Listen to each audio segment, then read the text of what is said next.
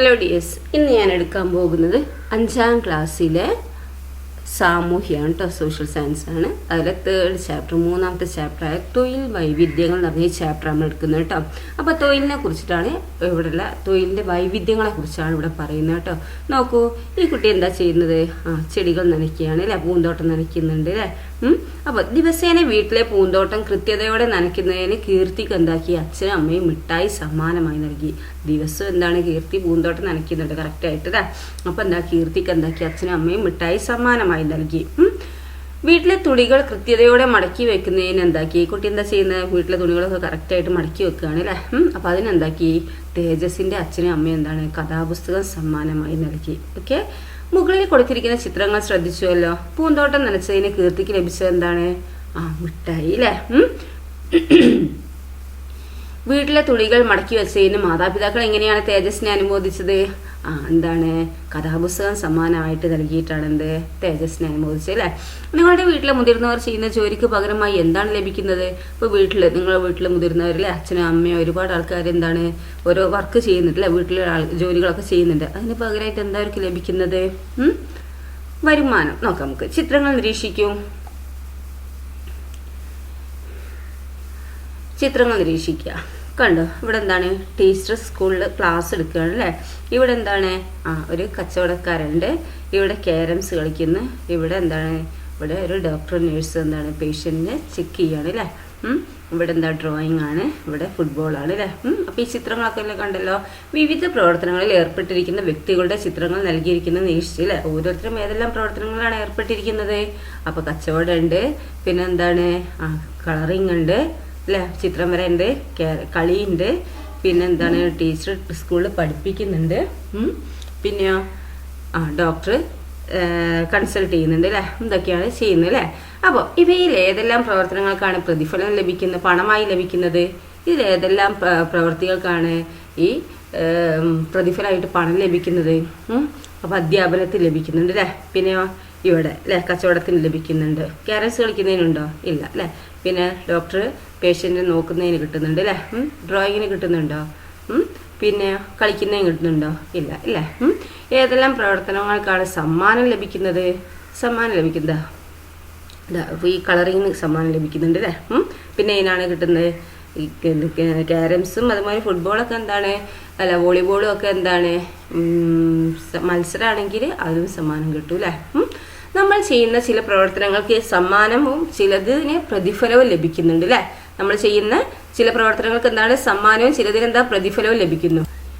അധ്യാപനം, കച്ചവടം, ആതുര സേവനം തുടങ്ങിയ പ്രവർത്തനങ്ങളുടെ വ്യക്തികൾക്ക് പ്രതിഫലമായി പണം ലഭിക്കുന്നുണ്ട് അല്ലേ.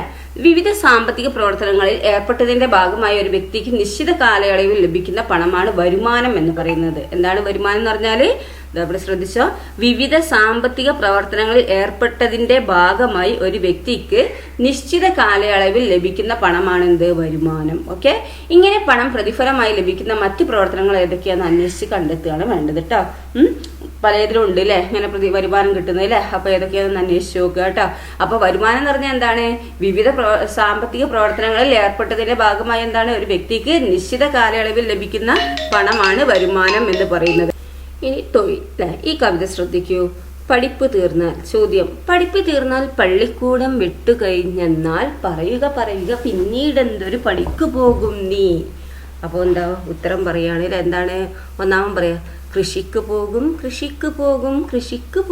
ഞാൻ.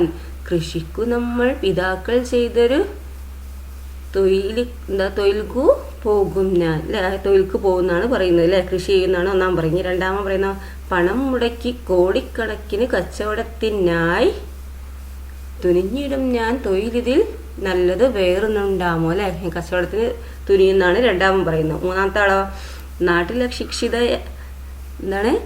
നാട്ടിലെ ശിക്ഷിതരായ അലയുന്ന ശിശുക്കളെയെല്ലാം ഞാൻ കൂട്ടി മികച്ചൊരു നിലയനയമാരംഭിച്ചിടും അല്ലേ. ഇതൊക്കെയാണ് പറയുന്നത്. മൂന്നാം എന്താണ്? അധ്യാപനം നടത്തുന്നതാണ് അവിടെ പറയുന്നത് കേട്ടോ. ഇനി നാലാമൻ പറയുന്നത് എന്താണ്? പഠിപ്പ് തീർന്നാൽ പട്ടാളത്തിൽ പോയി ചേരും ഞാൻ. പടനായകനായി ഭാരതരാജ്യം പരിപാലിക്കും ഞാൻ അല്ലേ. NV കൃഷ്ണവാര്യർ എഴുതിയിരിക്കുന്ന അല്ലേ. അപ്പം പട്ടാളത്തിൽ പോകുന്നതാണ് നാലാമൻ പറയുന്നത് അല്ലേ. അപ്പം നോക്കൂ, വിദ്യാഭ്യാസ കാലഘട്ടത്തിന് ശേഷം നാം തിരഞ്ഞെടുക്കുന്ന വിവിധ തൊഴിലുകളെ കുറിച്ചാണ് കവി ഇവിടെ സൂചിപ്പിക്കുന്നത് അല്ലെ. എന്തെല്ലാം തൊഴിലുകളെ കുറിച്ചാണ് ഈ വരികളിൽ പറയുന്നത്? ഒന്ന് കൃഷിനെ കുറിച്ച് പറയുന്നുണ്ട് അല്ലെ. പിന്നെ കൃഷി ഒന്നാമത്തെ, രണ്ടാമത്തെ കച്ചവടം അല്ലെ, മൂന്നാമത്തെ ആളെന്താ പറയുന്നത് അധ്യാപനാണ് അല്ലെ, നാലാമത്തെ ആളെന്താ പറഞ്ഞത് പട്ടാളത്തിൽ ചേരാനാണ് അല്ലെ. ഭാവിയിൽ നിങ്ങൾ ചെയ്യണമെന്ന് ആഗ്രഹിക്കുന്ന തൊഴിൽ എന്താണ്? നിങ്ങൾ ചെയ്യുന്ന എന്താണ് ആഗ്രഹിക്കുന്ന തൊഴിൽ ഏതാണ്? നിങ്ങൾ ഭാവിയിൽ വലിയ ആളായ നിങ്ങൾ എന്ത് തൊഴിലെടുക്കുന്നതാണ് നിങ്ങൾ ആഗ്രഹിക്കുന്നത്? കായികമായ തൊഴിൽ മാത്രമാണോ മനുഷ്യൻ ചെയ്യുന്നത്? കായികമായ തൊഴിൽ മാത്രമാണ് മനുഷ്യൻ ചെയ്യുന്നത്? വരുമാനത്തിനായി ഒരു വ്യക്തി കായികമായോ ഭൗതികമായോ ചെയ്യുന്ന പ്രവർത്തനമാണ് തൊഴിൽ അല്ലെ. വരുമാനത്തിനായി ഒരു വ്യക്തി എന്താ നമ്മള് കായികമായോ അല്ലെങ്കിൽ ഭൗതികമായോ ചെയ്യുന്ന പ്രവർത്തനമാണ് തൊഴിൽ അല്ലെ. തൊഴിലിന് പ്രതിഫലം കൂലിയായോ ശമ്പളമായോ ലഭിക്കുന്നുണ്ട്. വ്യക്തികളുടെ പ്രധാന വരുമാന മാർഗമാണ് എന്ത്? തൊഴിൽ അല്ലെ. ഒരു വ്യക്തിക്ക് എന്താണ് ഒരു വരുമാന മാർഗമാണെങ്കിൽ എന്താണ് തൊഴിൽ ചെയ്യണം അല്ലെ. അപ്പൊ ആ തൊഴിലിന് എന്താണ് പ്രതിഫലം കൂലിയോ ശമ്പളമോ ഒക്കെ ആയിട്ട് ലഭിക്കുന്നു. കൂലിയും ശമ്പളവും കരാർ പ്രകാരം സേവനങ്ങൾ നിർവഹിച്ചതിന്റെ തൊഴിലുടമ തൊഴിലാളിക്ക് നൽകുന്ന പ്രതിഫലമാണ് കൂലി. കരാർ പ്രകാരം എന്താണ് സേവനങ്ങൾ നിർവഹിച്ചതിന് തൊഴിലുടമ തൊഴിലാളിക്ക് നൽകുന്ന പ്രതിഫലമാണ് എന്ത്? കൂലി. അപ്പൊ കൂലി എന്ന് പറഞ്ഞാൽ എന്താണ്? കരാർ പ്രകാരം സേവനങ്ങൾ നിർവഹിച്ചതിന് തൊഴിലുടമ തൊഴിലാളിക്ക് നൽകുന്ന പ്രതിഫലമാണ് കൂലി. മണിക്കൂറുകളുടെയോ ദിവസത്തിന്റെയോ അടിസ്ഥാനത്തിലാണ് കൂലി നിശ്ചയിക്കപ്പെട്ട് നൽകുന്നത് അല്ലെ. മണിക്കൂറുകളുടെയോ ദിവസത്തിന്റെയോ അടിസ്ഥാനത്തിലാണ് എന്ത്? കൂലി നിശ്ചയിക്കപ്പെട്ട് നൽകുന്നത്. എന്നാൽ പ്രതിമാസ അടിസ്ഥാനത്തിൽ ജീവനക്കാർ നിർവഹിക്കുന്ന ജോലിക്ക് തൊഴിലുടമ നൽകുന്ന പ്രതിഫലമാണെന്ത്? ശമ്പളം. എന്താണ് പറഞ്ഞത്? പ്രതിമാസ അടിസ്ഥാനത്തിൽ ജീവനക്കാർ നിർവഹിക്കുന്ന ജോലിക്ക് തൊഴിലുടമ നൽകുന്ന പ്രതിഫലമാണെന്ത്? ശമ്പളം അല്ലെ. ഒരു മാസ അടിസ്ഥാനത്തിൽ അല്ലെ, മാസത്തിൽ കിട്ടുന്നതാണിത് ശമ്പളം. അപ്പൊ എന്താണ് കൂലി? എന്താന്ന് പറഞ്ഞാൽ എന്താണ്? കരാർ പ്രകാരം സേവനങ്ങൾ നിർവഹിച്ചതിന് തൊഴിലുടമ തൊഴിലാളിക്ക് നൽകുന്ന പ്രതിഫലമാണ് കൂലി. പിന്നെന്താണ് ശമ്പളം എന്ന് പറയുന്നത്? എന്താണ് കൂലി തന്നെ മണിക്കൂറുകളുടെ ദിവസത്തിന്റെ അടിസ്ഥാനത്തിൽ ദിവസം അല്ലെങ്കിൽ മണിക്കൂറോ വെച്ചിട്ട് ഇതാക്കുന്നതാണ് കൂലി എന്ന് പറയുന്നത്. ഓക്കെ. എന്നാൽ മാസത്തിന്റെ അടിസ്ഥാനത്തിൽ എന്താണ് ജീവനക്കാർ നിർവഹിക്കുന്ന ജോലിക്ക് എന്താണ് തൊഴിലുടമ നൽകുന്ന പ്രതിഫലമാണ് എന്ത്? ശമ്പളം. ഓക്കെ. ശമ്പളം കൂലിയും മനസ്സിലായല്ലോ അല്ലെ. ഒന്നുകൂടി പറഞ്ഞുതരാം. മണിക്കൂറുകളുടെയോ ദിവസത്തിന്റെയോ ഒരു ദിവസത്തിന്റെ അല്ലെങ്കിൽ 2 മണിക്കൂർ ഇത്ര ചെയ്താൽ ഇത്ര കൂലി എന്ന് പറഞ്ഞ് നമ്മൾ പറയല്ലോ. അതിനാണ് കൂലി എന്ന് പറയുന്നത്. പക്ഷെ മാസാടിസ്ഥാനത്തിൽ ജീവനക്കാർ നിർവഹിക്കുന്ന ജോലിക്ക് എന്താണ് ശമ്പളം. അതിന്റെ പ്രതിഫലമാണ് എന്ത്? ശമ്പളം എന്ന് പറയുന്നത്. ഓക്കെ. നിങ്ങളുടെ വീട്ടിൽ ആരൊക്കെയാണ് വരുമാനം ലഭിക്കുന്ന പ്രവർത്തനങ്ങളിൽ ഏർപ്പെടുന്നത്? നിങ്ങളുടെ വീട്ടിൽ ആരൊക്കെയാണ് വരുമാനം ലഭിക്കുന്ന പ്രവർത്തനങ്ങളിൽ ഏർപ്പെടുന്നത്? എല്ലാവരും വീട്ടിലും അച്ഛന്മാരെ ഏർപ്പെടുന്നുണ്ട് അല്ലെ. അമ്മമാരും ഉണ്ടോ എല്ലായിടത്തും? ഓക്കെ. അധികം എന്താണ് അച്ഛന്മാര് എന്താണ് വരുമാനം ലഭിക്കുന്ന പ്രവർത്തനങ്ങൾ ഏർപ്പെടാറുണ്ട് അല്ലെ. ചിലര് അമ്മമാരും എന്താണ് ജോലിക്ക് പോകാറുണ്ട് അല്ലെ. നിങ്ങളുടെ കുടുംബാംഗങ്ങളുടെ തൊഴിലുകൾ പട്ടികപ്പെടുത്തുക. കുടുംബാംഗങ്ങൾ വീട്ടിലാരൊക്കെയുണ്ട്, അവരെ തൊഴിൽ എന്താന്ന് എഴുതുക. ഓക്കെ. ഇനി വരുമാന സ്രോതസ്സുകൾ. എന്താണ് വരുമാന സ്രോതസ്സുകൾ? പറഞ്ഞാൽ വരുമാനം വരിക അല്ലെ, നമുക്ക് പൈസ കിട്ടുന്നത് എവിടുന്നാണോ പൈസ വരുന്നത് എന്നുള്ളതാണ് കേട്ടോ. നമുക്ക് ചുറ്റുമുള്ള ആളുകൾ വരുമാനം തേടുന്നത് വിവിധ തരം തൊഴിലുകളിലൂടെ ആണല്ലേ. എന്താണ് നമുക്ക് ചുറ്റുമുള്ള ആളുകൾ എന്താണ് വരുമാനം നേടുന്നത് വിവിധ തരം തൊഴിലുകളിലൂടെ ആണ്. ഓക്കെ. കൃഷി, ബിസിനസ്, ബാങ്ക് നിക്ഷേപങ്ങൾ, ആസ്തികൾ എന്നിവയിൽ നിന്നും വരുമാനം ലഭിക്കുന്നുണ്ട്. ഇത്തരത്തിൽ വരുമാനം ലഭിക്കുന്ന അധ്വാനമോ വസ്തുവകളോ ആണെന്ത്? വരുമാന സ്രോതസ്സുകൾ അല്ലെ. അതായത് എന്താണ് കൃഷിയിലൂടെയും ബിസിനസ്സിലൂടെയും ബാങ്ക് നിക്ഷേപങ്ങളിലൂടെയും ആസ്തികളിലൂടെയും ഒക്കെ എന്താ വരുമാനം ലഭിക്കുന്നുണ്ട്. ഇത്തരത്തിൽ വരുമാനം ലഭിക്കുന്ന എന്താണ് അധ്വാനമോ വസ്തുവകകളോ ആണെന്ത്? വരുമാന സ്രോതസ് എന്ന് പറയുന്നത് അല്ലെ. ആസ്തി എന്ന് പറഞ്ഞാൽ എന്താ? വിവിധ രൂപത്തിലുള്ള ധനവിഭവങ്ങളാണ് ആസ്തികൾ എന്നറിയപ്പെടുന്നത്. എന്താണ്? വിവിധ രൂപത്തിലുള്ള ധനവിഭവങ്ങളാണ് എന്ത്? ആസ്തികൾ എന്നറിയപ്പെടുന്നത്. കെട്ടിടങ്ങൾ, വസ്തുവകകൾ തുടങ്ങിയ ആസ്തികൾക്ക് ഉദാഹരണമാണ്. കെട്ടിടത്തിന്റെ വാടക വാങ്ങുന്നവരുണ്ട് അല്ലെ, അതൊക്കെ ആസ്തി എന്ന് വരുന്ന അല്ലെ. ഓക്കെ. ദെൻ ആദായം കൊടുക്കുന്നവര് അല്ലെ, അതൊക്കെ ഉണ്ട്. ദെൻ എന്താണ് സ്ഥലം എന്താണ് ഇതിന് കൊടുക്കില്ല, പാട്ടത്തിനൊക്കെ കൊടുക്കില്ലേ അല്ലേ, അതൊക്കെ ഉണ്ട് അല്ലെ. വിവിധ വരുമാന സ്രോതസ്സുകൾ ചിത്രീകരിച്ചിരിക്കുന്ന ഡയഗ്രാം പൂർത്തിയാക്കുക. നോക്കൂ തൊഴിൽ അല്ലെ. ഇവിടെ എന്താണ് വരുമാന സ്രോതസ്സുകൾ ഏതൊക്കെയാണ്? തൊഴിലുണ്ട്, പിന്നെന്തൊക്കെയാ ബാങ്ക് നിക്ഷേപങ്ങളുണ്ട്, പിന്നെന്താ പറയുന്നത് ഇവിടെ പറയുന്നുണ്ട് അല്ലെ, കൃഷി, ബിസിനസ് അല്ലെ, ബാങ്ക് നിക്ഷേപങ്ങൾ, ആസ്തി ഒക്കെ പറയാം അല്ലെ. ഓക്കെ. ദെൻ വിവിധ സ്രോതസ്സുകളിൽ നിന്ന് ലഭിക്കുന്ന വരുമാനം പട്ടികപ്പെടുത്തിയിരിക്കുന്നത് ശ്രദ്ധിക്കൂ. നോക്കൂ വരുമാന സ്രോതസ്സുകൾ അല്ലെ, വിവിധ സ്രോതസ്സുകളിൽ നിന്ന് ലഭിക്കുന്ന വരുമാനം നോക്കൂ. വരുമാന സ്രോതസ്സുകൾ കൃഷി വരുമാനം എങ്ങനെ കിട്ടുന്നത്? വിളയിലൂടെ അല്ലെ. തൊഴിൽ ചെയ്താൽ കൂലിയോ ശമ്പളമായിട്ട് കിട്ടും അല്ലെ. ബിസിനസ് ലാഭമാണ്. ബാങ്ക് നിക്ഷേപം എന്താണ്? പലിശ അല്ലെ. ബാങ്കിൽ നമ്മൾ എത്ര പൈസ ഇട്ടാൽ അതിന്റെ പലിശ കിട്ടും അല്ലെ. ആസ്തികൾ എന്താ? വാടക, പാട്ടം. ഓക്കെ. ദെൻ അടുത്ത ക്വസ്റ്റ്യൻ എന്താണ്? ഓഹരി നിക്ഷേപങ്ങൾ അല്ലെ. ഓഹരി നിക്ഷേപങ്ങൾ എന്താണ്? ലാഭവിഹിതം. അപ്പോൾ ഓഹരി നിക്ഷേപം വരുമാന സ്രോതസ്സാണ്. അതിന്റെ വരുമാനം എന്ന് പറയുന്നത് എന്താണ്? ലാഭവിഹിതമാണ് അല്ലെ. ഓക്കെ. ആസ്തികൾ എന്താണ്? വാടക, പാട്ടം. ഓക്കെ. ബാങ്ക് നിക്ഷേപം എന്താണ്? പലിശ. ബിസിനസ് ലാഭം. തൊഴിൽ കൂലിയോർ ശമ്പളം അല്ലെ.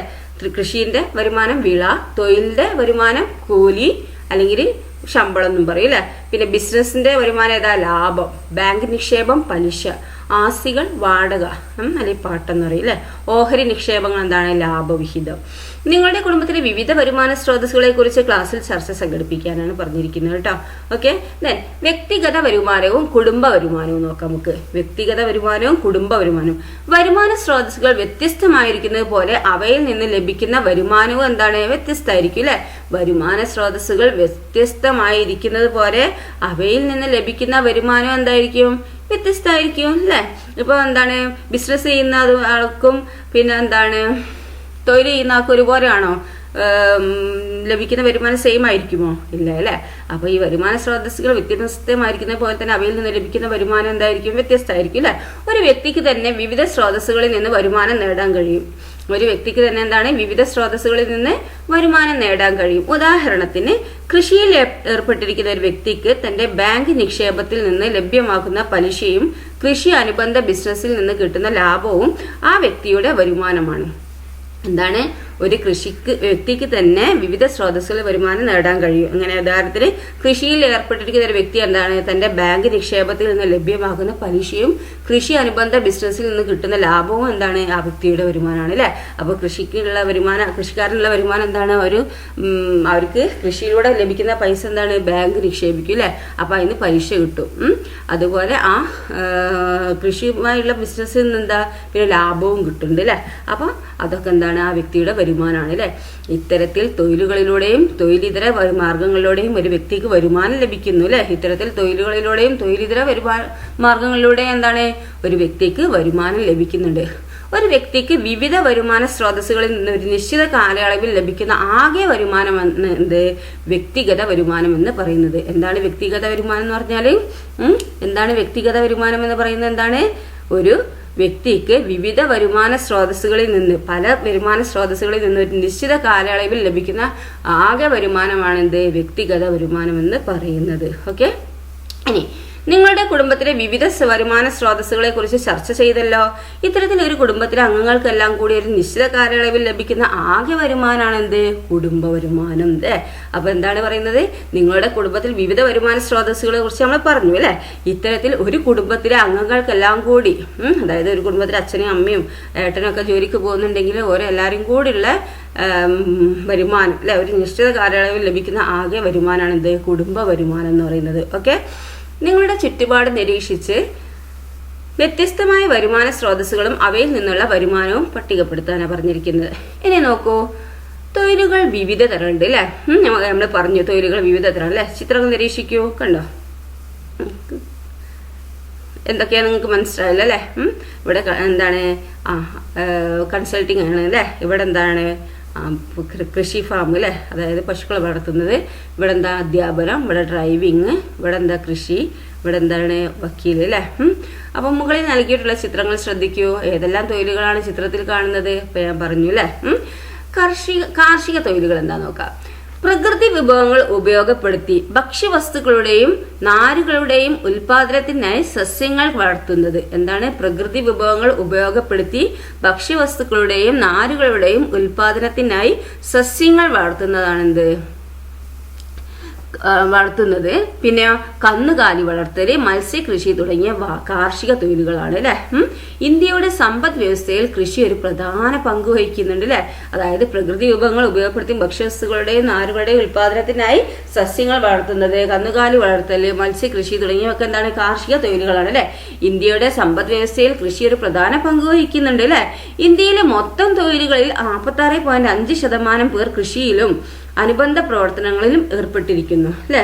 എന്താണ്? ഇന്ത്യയിലെ മൊത്തം തൊഴിലുകളിൽ തൊഴിലാളികളിൽ എന്താണ് 46.5% പേർ കൃഷിയിലും അനുബന്ധ പ്രവർത്തനങ്ങളിലും എന്താണ് ഏർപ്പെട്ടിരിക്കുന്നുണ്ട്. എക്കണോമിക് റിവ്യൂ 2022-23 ഉള്ള സെൻസസ് പ്രകാരമാണ് അല്ലേ. ദെൻ ഇവിടെ എന്താണ് കാർഷികേതര തൊഴിലുകൾ എന്താ നോക്കുക.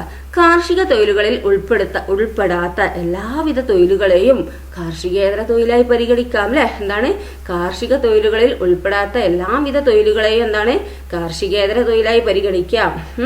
വ്യവസായികാടിസ്ഥാനത്തിൽ ഉൽപ്പന്നങ്ങൾ നിർമ്മിക്കുന്ന തൊഴിലുകളും വിവിധതരം സേവനങ്ങളും കാർഷികേതര തൊഴിലുകളാണ് അല്ലെ. എന്താ ഇവിടെ പറഞ്ഞത്? കാർഷിക തൊഴിലുകളിൽ ഉൾപ്പെടാത്ത എല്ലാവിധ തൊഴിലുകളെയും കാർഷിക അല്ലാത്ത എല്ലാ തൊഴിലുകളെയും എന്താണ് കാർഷികേതര തൊഴിലായി പരിഗണിക്കുക അല്ലെ. വ്യവസായികാടിസ്ഥാനത്തിൽ ഉൽപ്പന്നങ്ങൾ നിർമ്മിക്കുന്ന തൊഴിലുകളും വിവിധതരം സേവനങ്ങളും കാർഷികേതര തൊഴിലുകളാണ് അല്ലെ. കാർഷിക അല്ലാത്തതൊക്കെ എന്താണ് കാർഷികേതര തൊഴിലുകളാണ് അല്ലെ. വസ്ത്രനിർമ്മാണം, കെട്ടിട നിർമ്മാണം, ബിസിനസ്, ബാങ്കിങ്, അധ്യാപനം, ഗതാഗതം, ഫാക്ടറി തൊഴിലുകൾ തുടങ്ങിയവയൊക്കെ എന്താണ് കാർഷികേതര തൊഴിലുകൾക്ക് ഉദാഹരണമാണ്. അപ്പൊ എന്താണ് കാർഷിക തൊഴിലുകളും കാർഷികേതര തൊഴിലുകളും മനസ്സിലായല്ലോ അല്ലെ. കാർഷിക തൊഴിൽ പറഞ്ഞാൽ കൃഷി ചെയ്യുന്നത്, കാർഷികേതര എന്ന് പറഞ്ഞാൽ എന്താ കൃഷി അല്ലാത്ത ബാക്കി എല്ലാ തൊഴിലുകളാണിത് കാർഷികേതര തൊഴിലുകൾ എന്ന് പറയുന്നത്. ഓക്കെ, നിങ്ങളുടെ വിദ്യാലയത്തിൽ കാർഷിക ക്ലബിന്റെ കീഴിൽ നടത്തുന്ന പ്രവർത്തനങ്ങൾ ഏതൊക്കെയാണ്? കുറിപ്പ് തയ്യാറാക്കാനാണ് പറഞ്ഞിരിക്കുന്നത്. ഇനി നോക്കൂ, നിങ്ങളുടെ ചുറ്റുപാടുകളിൽ കാണുന്ന തൊഴിലുകളെ കാർഷിക തൊഴിലുകളെന്നും കാർഷികേതര തൊഴിലുകളെന്നും തരംതിരിച്ച് താഴെ കൊടുത്തിരിക്കുന്ന പട്ടിക പൂർത്തീകരിക്കാനാണ് പറഞ്ഞിരിക്കുന്നത്. കാർഷിക തൊഴിലുകൾ എന്തൊക്കെയാ? നെൽകൃഷി, മത്സ്യകൃഷി, വാഴകൃഷി, തെങ്ങ് കൃഷി, റബ്ബർ കൃഷി അല്ലെ. അതൊക്കെ എന്താണ് ഈ കൃഷിയായിട്ട് ബന്ധപ്പെട്ടതൊക്കെ എന്താണ് ഈ കാർഷിക തൊഴിലുകളാണ് അല്ലെ. ഇനി നിങ്ങൾക്ക് അറിയുന്ന എഴുതുക കേട്ടോ. ദെൻ കാർഷികേതര തൊഴിലുകൾ എന്തൊക്കെയാ? കച്ചവടം, കെട്ടിട നിർമ്മാണം, ബിസിനസ്, പിന്നെന്താ പറയാ വസ്ത്രനിർമ്മാണം, ബാങ്കിങ്, അധ്യാപനം, ഇതൊക്കെ എന്താണ് കാർഷികേതര തൊഴിലുകളാട്ടോ. നിങ്ങൾക്കറിയുന്നൊക്കെ എഴുതുക കേട്ടോ. ദെൻ സ്വയം തൊഴിൽ. എന്താണ് സ്വയം തൊഴില്? സിബിയുടെ മാതാപിതാക്കൾ സ്റ്റാർ പിക്കിൾസ് എന്ന പേരിൽ അച്ചാർ യൂണിറ്റ് നടത്തി വരികയാണ്. സ്വന്തമായി തൊഴിൽ ഇല്ലാതിരുന്ന സാഹചര്യത്തിൽ സർക്കാരിന്റെ സഹായത്തോടു കൂടി തുടങ്ങിയ ഈ തൊഴിൽ സംരംഭം ലാഭകരമായി മുന്നോട്ട് പോയിക്കൊണ്ടിരിക്കുന്നു. സിബിയുടെ കുടുംബത്തിന്റെ വരുമാന മാർഗം എന്നതിനൊപ്പം 10ഓളം കുടുംബങ്ങൾക്ക് ഈ സംരംഭത്തിലൂടെ തൊഴിൽ ലഭിക്കുന്നു. അപ്പൊ എന്താണ് സിബിന്റെ അവർക്ക് സ്വന്തമായിട്ട് തൊഴിൽ ചെയ്യുന്നതാണ് സ്വയം തൊഴിൽ അല്ലേ. അപ്പൊ ഇവര് സഹായിക്കും. എന്താണ് സ്വയം തൊഴിൽ ചെയ്യുമ്പോൾ എന്താ അവർക്ക് ലാഭം കിട്ടിയപ്പോൾ എന്താക്കി കുറെ ആൾക്കാരെ ഇതേക്ക് ജോലിക്ക് എടുത്തു അല്ലേ. ഇപ്പൊ എന്താണ് അവർക്ക് ആ കുടുംബത്തിനും ഒക്കെ എന്തായി വരുമാന മാർഗം കിട്ടുന്നുണ്ട് അല്ലേ. ഇവിടെ പണിയെടുക്കുമ്പോൾ ഒരു പൈസ കൊടുക്കുമല്ലോ അല്ലേ. അപ്പൊ അതിനുള്ള ലാഭം കിട്ടിയിട്ടാണല്ലോ ഇവർ പണിക്കാരെ വെച്ചിരിക്കുന്നത്. അപ്പോൾ അങ്ങനത്തെ വരുമാന മാർഗം എന്താണ് 10ഓളം കുടുംബങ്ങൾക്കും എന്താണ് ഇതിലൂടെ തൊഴിൽ ലഭിക്കുന്നുണ്ട്. മനസ്സിലായല്ലോ. ഇവരതിലേക്ക് പണിയെടുക്കുമ്പോൾ അവർക്കും തൊഴിൽ ലഭിക്കുകയാണ് അല്ലേ. കുറിപ്പ് വായിച്ചല്ലോ. ഇത്തരത്തിലുള്ള തൊഴിൽ സംരംഭങ്ങൾ വ്യക്തികൾ ഒറ്റയ്ക്കും കൂട്ടായി നടത്തുന്നത് ശ്രദ്ധയിൽപ്പെട്ടിട്ടുണ്ടോ? ഏതെങ്കിലും തൊഴിലുടമയുടെ നിയന്ത്രണത്തിലല്ലാതെ സ്വതന്ത്ര സാമ്പത്തിക പ്രവർത്തനത്തിലൂടെ ഉപജീവനം നടത്തുന്നതിനെയാണ് എന്ത് സ്വയം തൊഴിൽ എന്ന് പറയുന്നത്. ഏതെങ്കിലും തൊഴിലുടമയുടെ നിയന്ത്രണത്തിലല്ലാതെ സ്വതന്ത്ര സാമ്പത്തിക പ്രവർത്തനത്തിലൂടെ ഉപജീവനം നടത്തുന്നതിനെയാണെന്ത് സ്വയം തൊഴിൽ എന്ന് പറയുന്നത് അല്ലെ. സ്വയം തൊഴിലിൽ ഏർപ്പെടുന്ന വ്യക്തി തന്റെ സംരംഭത്തിന്റെ ഉടമസ്ഥതയും അതേ അവസരത്തിൽ അവർ തൊഴിലാളിയുടെ എല്ലാ ഉത്തരവാദിത്വവും നിർവഹിക്കുന്നു അല്ലെ. സ്വയം തൊഴിൽ എന്ന് പറയുമ്പോൾ എന്താണ് അത് തന്റെ സംരംഭത്തിന്റെ ഉടമസ്ഥനുമാണ് എന്ത് പിന്നെന്താണ് അതിൽ പണിയെടുക്കുന്ന ഒരാളുമാണ് അല്ലെ. അപ്പൊ അതേ അവസരത്തിൽ എന്താ തൊഴിലാളിയുടെ എല്ലാ ഉത്തരവാദിത്വങ്ങളും എന്താണ് നിർവഹിക്കുന്നുണ്ട് അല്ലെ. സ്വയം തൊഴിലിൽ വ്യക്തികൾ കൂടുതലും ഒറ്റയ്ക്കാണ് അവരുടെ സംരംഭം കൈകാര്യം ചെയ്യുന്നത് അല്ലെ. സ്വയം തൊഴിലിൽ എന്താ വ്യക്തികൾ കൂടുതലും അവരൊറ്റയ്ക്ക് തന്നെയാണ് എന്ത് അവരുടെ ആ സംരംഭം എന്താണ് കൈകാര്യം ചെയ്യുന്നത് അല്ലെ. അതിൽ നിന്നും ലഭിക്കുന്ന വരുമാനത്തിന്റെ പൂർണ്ണ അവകാശി ആരാ? സ്വയം തൊഴിൽ സംരംഭകർ മാത്രമായിരിക്കും അല്ലെ. അതിൽ നിന്ന് ലഭിക്കുന്ന വരുമാന മാർഗത്തിന്റെ പൂർണ്ണ അവകാശി അല്ലെ. ലഭിക്കുന്ന ലാഭത്തിന്റെ ആണെങ്കിൽ എന്ത് വരുമാനമാണെങ്കിലും അതിൻ്റെയൊക്കെ മുഴുവൻ അവകാശി ആരാണ്? ഈ സ്വയം തൊഴിൽ സംരംഭകർ മാത്രമായിരിക്കും. നിങ്ങളുടെ പ്രദേശത്ത് വ്യക്തികൾ ഒറ്റയ്ക്കോ കൂട്ടായോ നടത്തുന്ന പലചരക്ക് കടകൾ, തുന്നൽ കടകൾ, പലഹാര കടകൾ തുടങ്ങിയവ കാണാറില്ലേ? ഇതൊക്കെ സ്വയം തൊഴിൽ സംരംഭത്തിന് ഉദാഹരണങ്ങളാണ് അല്ലെ. എന്താണ് പലചരക്ക് കട ഉണ്ട് അല്ലെ, തുന്നൽ കടകളുണ്ട്, പിന്നെന്താ പലഹാരക്കട ഉണ്ട് അല്ലെ. അതൊക്കെ എന്താണ് സ്വയം തൊഴിൽ സംരംഭത്തിന് ഉദാഹരണങ്ങൾ അല്ലെ. മറ്റു ചില ഉദാഹരണങ്ങൾ കൂടി നിങ്ങൾ കണ്ടെത്തുക കേട്ടോ. ദെൻ ചുവടെ നൽകിയിരിക്കുന്ന ചിത്രങ്ങൾ നിരീക്ഷിച്ച് അവ ഏത് തൊഴിലുമായി ബന്ധപ്പെട്ടിരിക്കുന്നതെന്ന് എഴുതി ചേർക്കൂ. നോക്കൂ, ഇതെന്താണ് സ്വയം തൊഴിലാണ് അല്ലേ. ഇതെന്താണ് ടൈലറിങ് അല്ലേ. പിന്നെ തയ്യലിൻ്റെ ഇതോ പേപ്പർ ബാഗ് അല്ലേ, അതും സ്വയം തൊഴിലാണ് അല്ലേ. ഇതോ ആ ഇതും സ്വയം തൊഴിൽ അല്ലേ. പിന്നെയോ ഇത് പിക്കിൾ നിർമ്മാണം, ഇത് ഫോട്ടോസ്റ്റാറ്റിൻ്റെ അല്ലേ, ഇത് പിക്കിൾ നിർമ്മാണം അല്ലേ, അച്ചാർ നിർമ്മിക്കുന്നത് അല്ലേ, അതും സ്വയം തൊഴിൽ അല്ലേ. സ്വയം തൊഴിൽ സംരംഭത്തിൻ്റെ സവിശേഷതകൾ എഴുതി ചേർക്കുക. മറ്റൊരാളെ ആശ്രയിക്കാതെ സ്വന്തമായുള്ള തൊഴിൽ സംരംഭത്തിലൂടെ വരുമാനം കണ്ടെത്തുന്നു അല്ലേ. വേറൊരാരെയും ആശ്രയിക്കാതെ അതിനെന്താ സ്വന്തമായുള്ള തൊഴിൽ സംരംഭത്തിലൂടെ എന്താണ് വരുമാനം കണ്ടെത്തുകയാണ് അല്ലേ. രാജ്യത്തിന്റെ സാമ്പത്തിക വളർച്ചയിൽ സ്വയം തൊഴിൽ സംരംഭങ്ങൾ വഹിക്കുന്ന പങ്ക് വളരെ വലുതാണ് അല്ലേ. രാജ്യത്തിന്റെ സാമ്പത്തിക വളർച്ചയിൽ എന്താണ് സ്വയം തൊഴിൽ സംരംഭങ്ങൾ വഹിക്കുന്ന പങ്ക് വളരെ വലുതാണ്. അതിനായി സ്വയം തൊഴിൽ സംരംഭങ്ങൾ എന്താണ് പ്രോത്സാഹിപ്പിക്കുന്നതിന് സർക്കാർ വിവിധ പദ്ധതികൾ നടപ്പിലാക്കി വരുന്നുണ്ട് അല്ലേ. അതായത് രാജ്യത്തിന്റെ സാമ്പത്തിക വളർച്ചയിൽ സ്വയം തൊഴിൽ സംരംഭങ്ങൾ വഹിക്കുന്ന പങ്ക് വളരെ വലുതാണ്. അതിനായി സ്വയം തൊഴിൽ സംരംഭങ്ങൾ പ്രോത്സാഹിപ്പിക്കുന്നതിന് എന്താണ് സർക്കാർ വിവിധ പദ്ധതികൾ നടപ്പിലാക്കി വരുന്നു അല്ലെ. സ്വയം തൊഴിൽ പദ്ധതികൾ നോക്കൂ, അതിന്റെ ഗുണഭോക്താക്കൾ ആരാന്നുള്ളത് നവജീവൻ പദ്ധതിയാണ്. ഈ പദ്ധതി സ്വയം തൊഴിൽ പദ്ധതിയാണ് നവജീവൻ പദ്ധതി. ആരാണ് മുതിർന്ന പൗരർക്കാണ് കിട്ടുക. പിന്നെ എന്താണ് കൈവല്യ എന്ന് പറഞ്ഞാൽ ഈ സ്വയം തൊഴിൽ പദ്ധതി എന്താണ് ഭിന്നശേഷിക്കാർക്കാണ് കിട്ടുക. പിന്നെ ശരണ്യ എന്ത് ഗുണഭോക്ത ആരാ വനിതകൾക്കാണ് അല്ലെ. സ്വയം തൊഴിൽ സംരംഭത്തിലൂടെ വിജയം നേടിയ ചിലരുടെ അനുഭവങ്ങളാണ് താഴെ കൊടുത്തിരിക്കുന്നത്. നോക്കാം നമുക്ക് അല്ലെ. അതിലൂടെ അവർ എന്താണ് വിജയം വരിച്ച ആൾക്കാരാണ് അല്ലെ. ചായപ്പിൽ തുടങ്ങിയ പലഹാര നിർമ്മാണം. മലപ്പുറം ജില്ലയിലെ കർഷക കുടുംബത്തിൽ ജനിച്ചു സ്വന്തം വീട്ടിൽ നിന്നാണ് സ്വയം തൊഴിൽ സംരംഭം ആരംഭിച്ചത്. മലപ്പുറം ജില്ലയിലെ കർഷക കുടുംബത്തിൽ ജനിച്ച എന്താണ് സ്വന്തം വീട്ടിൽ നിന്നാണ് എന്ത് സ്വയം തൊഴിൽ സംരംഭം ആരംഭിച്ചത്. വീട്ടിലെ ചായപ്പിൽ ആവശ്യമായ സൗകര്യങ്ങൾ ഒരുക്കി സാധാരണ പലഹാര ഇനങ്ങൾ ഉണ്ടാക്കി വിൽക്കുകയായിരുന്നു. ക്രമേണ ആവശ്യക്കാർ കൂടി വന്നു. ഇന്ന് 60ഓളം ഇനം പലഹാരങ്ങൾ നിർമ്മിച്ച് വിൽക്കുന്നു. വർഷത്തിൽ 11 കോടിയോളം രൂപയുടെ കച്ചവടമാണ് അവിടെ നടക്കുന്നത് അല്ലെ. ഈ പ്രതിമാസം 50,000 രൂപ വരുന്ന വീട്ടമ്മ നോക്കൂ, പെയിന്റിംഗ് ഹോബിയെ ബിസിനസ് തലത്തിലേക്ക് കൊണ്ടുവന്ന് വിജയം കൊയ്ത സംരംഭകയാണ് ആര് സജിത. ഫാബ്രിക് പെയിന്റിംഗ് ആണ് ബിസിനസ്. സാരികൾ, ഷർട്ടുകൾ, ചുരിദാറുകൾ, കുട്ടികളുടെ വസ്ത്രങ്ങൾ എന്നിവയിൽ മനോഹരമായി പെയിന്റിംഗ് ചെയ്യുന്നു. ഫാബ്രിക് പെയിന്റിങ്ങിനെ ഒരു ഹോബി എന്ന നിലയിൽ നിന്ന് ബിസിനസ് ആക്കി വികസിപ്പിച്ച് വിജയിച്ചു. ഇപ്പോൾ പ്രതിമാസം 50,000 രൂപ ലഭിക്കുന്നുണ്ട് ഈ വീട്ടമ്മക്ക് അല്ലെ. അതൊക്കെ സ്വയം തൊഴിലാണ് അല്ലെ. മുകളിൽ കൊടുത്തിട്ടുള്ള മാതൃകൾ ശ്രദ്ധിച്ചല്ലോ. അധ്വാനിക്കാനുള്ള മനസ്സും ആത്മവിശ്വാസവും ഉണ്ടെങ്കിൽ വിവിധ തൊഴിലുകൾ ചെയ്ത് ജീവിത വിജയം കൈവരിക്കാം. എല്ലാ തൊഴിലിനും അതിൻ്റെതായ മഹത്വമുണ്ട്. വിദ്യാഭ്യാസത്തിനും അഭിരുചിക്കും അനുസരിച്ച് ഇഷ്ടമുള്ള തൊഴിൽ തിരഞ്ഞെടുക്കാൻ ഓരോരുത്തർക്കും അവകാശമുണ്ട്. ഒരു രാജ്യത്തിന്റെ സാമൂഹിക സാമ്പത്തിക പുരോഗതി നിർണ്ണയിക്കുന്നതിൽ തൊഴിലുകൾ പ്രധാന പങ്ക് വഹിക്കുന്നുണ്ട് അല്ലെ. അപ്പൊ എന്താണ് സ്വയം തൊഴിൽ ചെയ്യുന്നത് നല്ലതാണ് അല്ലെ. പക്ഷെ ആദ്യം എന്താക്കണം, നമ്മൾ പഠിക്കാനുള്ളത് നന്നായി പഠിക്കുക. നമ്മളെന്താണ് എല്ലാം പഠിച്ചതിന് ശേഷം മനസ്സിലാക്കിയിട്ട് വേണം ഓരോ കാര്യങ്ങൾ ചെയ്യാൻ. ഓക്കെ ദെൻ അപ്പോൾ എന്താണ് ഇതുവരെ എടുത്ത ഭാഗങ്ങൾ നന്നായി മനസ്സിലാക്കുക കേട്ടോ. അപ്പോൾ നിങ്ങൾ 3rd ചാപ്റ്റർ കഴിഞ്ഞു. അപ്പോൾ 4th ചാപ്റ്റർ ടീച്ചർ അടുത്ത വീഡിയോ അപ്ലോഡ് ചെയ്യുന്നതായിരിക്കും. Okay, thank you.